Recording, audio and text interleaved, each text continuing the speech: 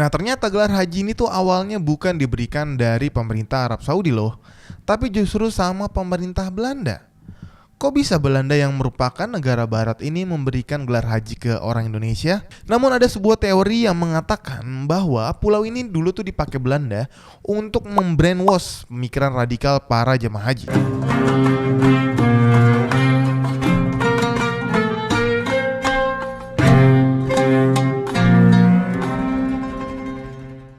Assalamualaikum warahmatullahi wabarakatuh. Alhamdulillah balik lagi dengan kita di YouTube channelnya Venture Travel yang terpercaya, terbukti, dan recommended. Guys, tahu nggak sih? Ternyata pemberian gelar haji itu asalnya bukan dari Arab Saudi loh. Gelar haji ini pertama kali ada di negara Indonesia sebelum akhirnya meluas ke negara Islam tetangga seperti Malaysia dan Brunei Darussalam. Nah, ternyata gelar haji ini justru pertama kali diberikan oleh pemerintah kolonial Belanda pada zaman dulu. Kok bisa ya? Gimana sih ceritanya? Sebenarnya asal-usul gelar haji itu dari mana sih datangnya? Oke, ayo kita bahas. Saat ini gelar haji itu merupakan suatu kebanggaan untuk umat Islam di seluruh Indonesia karena sudah menyempurnakan rukun Islam yang kelima, yaitu haji. Banyak juga orang yang memandang orang yang sudah haji ini sebagai orang yang dituakan karena memiliki lebih banyak ilmu dan pengalaman tentang agama Islam. Nah, ternyata gelar haji ini tuh awalnya bukan diberikan dari pemerintah Arab Saudi loh, tapi justru sama pemerintah Belanda. Kok bisa Belanda yang merupakan negara barat ini memberikan gelar haji ke orang Indonesia? Ayo coba kita bedah lebih dalam lagi. Jadi awal mulanya saat Belanda menjajah Indonesia, Belanda masih mengizinkan orang Indonesia itu untuk berangkat haji ke Jeddah menggunakan kapal uap mereka. Belanda memberikan izin karena dari haji ini mereka tuh bisa meraup keuntungan yang sangat banyak dari jemaah haji asal Indonesia. Untuk itu Belanda memang menyediakan beberapa kapal uap yang besar dan sengaja didesain untuk mengangkut jemaah haji asal Indonesia yang berangkat dari Aceh. Karena dulu Aceh ini merupakan sebagai titik kumpul pertama calon jamaah haji sebelum berlayar ke Jeddah. Karena itu Aceh disebut juga sebagai Serambi Mekah. Nah, lama-kelamaan muncul banyak gerakan perlawanan dari pribumi atau orang Indonesia. Mereka itu ingin ngelawan karena menolak dijajah dan dieksploitasi oleh Belanda. Nah, sebagian besar dari insiden pemberontakan ini itu kebanyakan dipimpin oleh kalangan guru, ulama, kiai pesantren, dan orang yang sudah berhaji. Akhirnya Belanda menganggap jemaah haji ini membawa pengaruh buruk dari luar karena dianggap mengadu domba supaya melakukan pemberontakan terhadap Belanda. Pengaruh buruk ini diduga berasal dari pemikiran atau paham pan-Islamisme yang dibawa oleh jemaah haji dari Arab Saudi. Nah, di masa itu memang ada dua paham yang berkembang di masyarakat. Yang pertama adalah paham kiri atau komunisme, dan yang kedua adalah paham pan-Islamisme.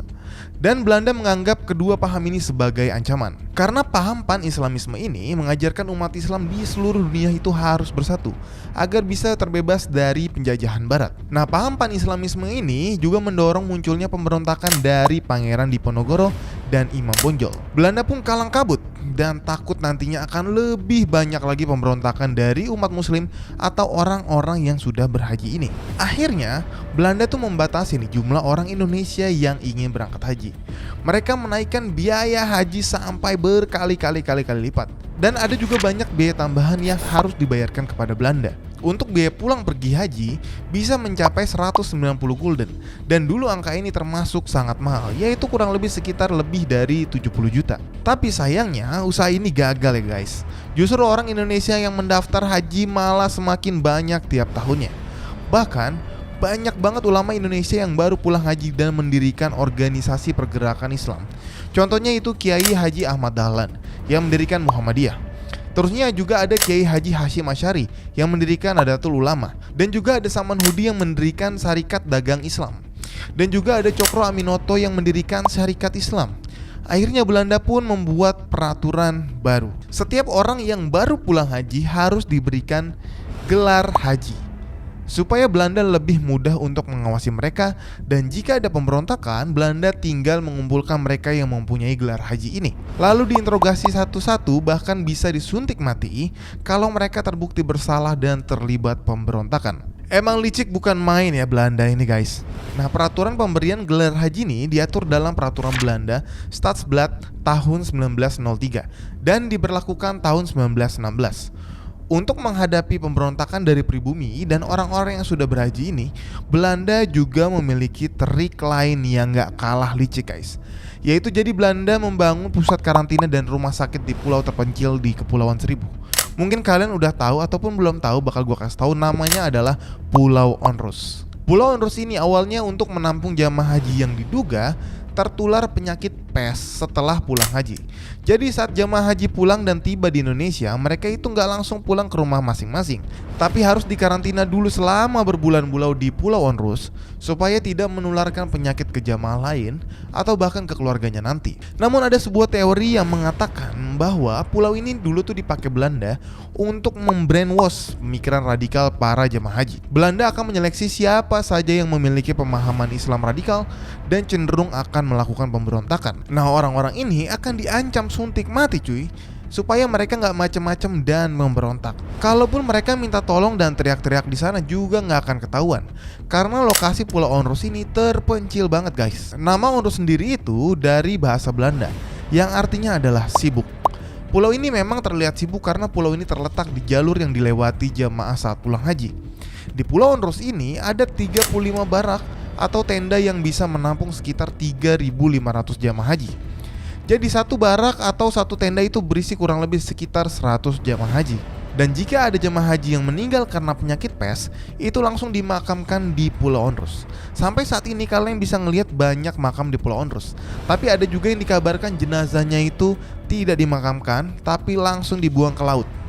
Dengan cara jenazahnya diikatkan dengan batu besar, supaya jenazahnya itu tidak mengapung dan terlihat di laut ketika jenazah itu dibuang. Ngeri banget kan? Jadi itulah konspirasi dan trik licik Belanda untuk mengurangi angka jemaah haji di Indonesia. Karena tuh mereka semakin takut banyak orang Indonesia yang akan memberontak dan melawan penjajahan Belanda. Dan memang benar bahwa momen haji zaman dulu ini bukan cuma dimanfaatkan untuk ibadah haji aja, tapi banyak orang Indonesia yang hajinya itu bisa berbulan-bulan bahkan bertahun-tahun di Arab Saudi.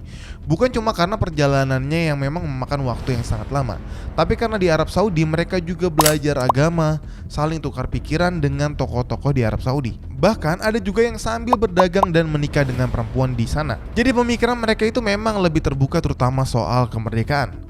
Barulah setelah belajar agama di Arab Saudi, mereka pulang ke Indonesia.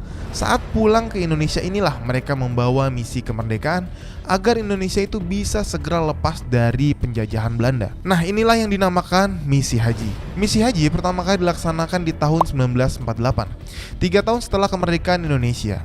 Karena saat menjelang kemerdekaan Indonesia, keberangkatan haji itu sempat ditunda karena adanya perang dunia. Misi haji ini bertujuan untuk berunding dengan negara Arab Saudi agar Indonesia mendapatkan pengakuan kemerdekaan dari Arab Saudi. Jadi dulu orang-orang pergi haji bukan sekedar ibadah haji aja, tapi mereka bersekolah, menuntut ilmu, berdagang, dan melaksanakan misi politik. Jadi guys, kesimpulan asal-usul gelar haji ini bukan dari pemerintah Arab Saudi ya, bukan juga dari pemerintah Indonesia, tapi justru dari pemerintah kolonial Belanda pada saat zaman dulu. Tapi sekarang gelar haji bukan untuk menandakan orang-orang Islam yang radikal kok. Justru orang-orang yang sudah haji di Indonesia ini akan lebih dituakan dan dianggap memiliki pengalaman dan ilmu agama yang lebih baik. Gimana? Unik banget kan sejarahnya? Nah, kalau kalian punya pertanyaan-pertanyaan lain tentang umroh, haji, ataupun sejarah-sejarahnya, bisa banget komen aja di kolom komentar yang ada di bawah ini. Pertanyaan atau topik yang paling seru bakal kita pilih buat jadi konten selanjutnya. Gimana? Asik kan? So, stay tune terus aja di YouTube channelnya Venture Travel. Jangan lupa klik like dan subscribe biar gak ketinggalan update konten-konten kita yang edukatif dan bermanfaat lainnya. Sampai jumpa di video selanjutnya dan saya Fatir Alkasa pamit undur diri dan wassalamualaikum warahmatullahi wabarakatuh.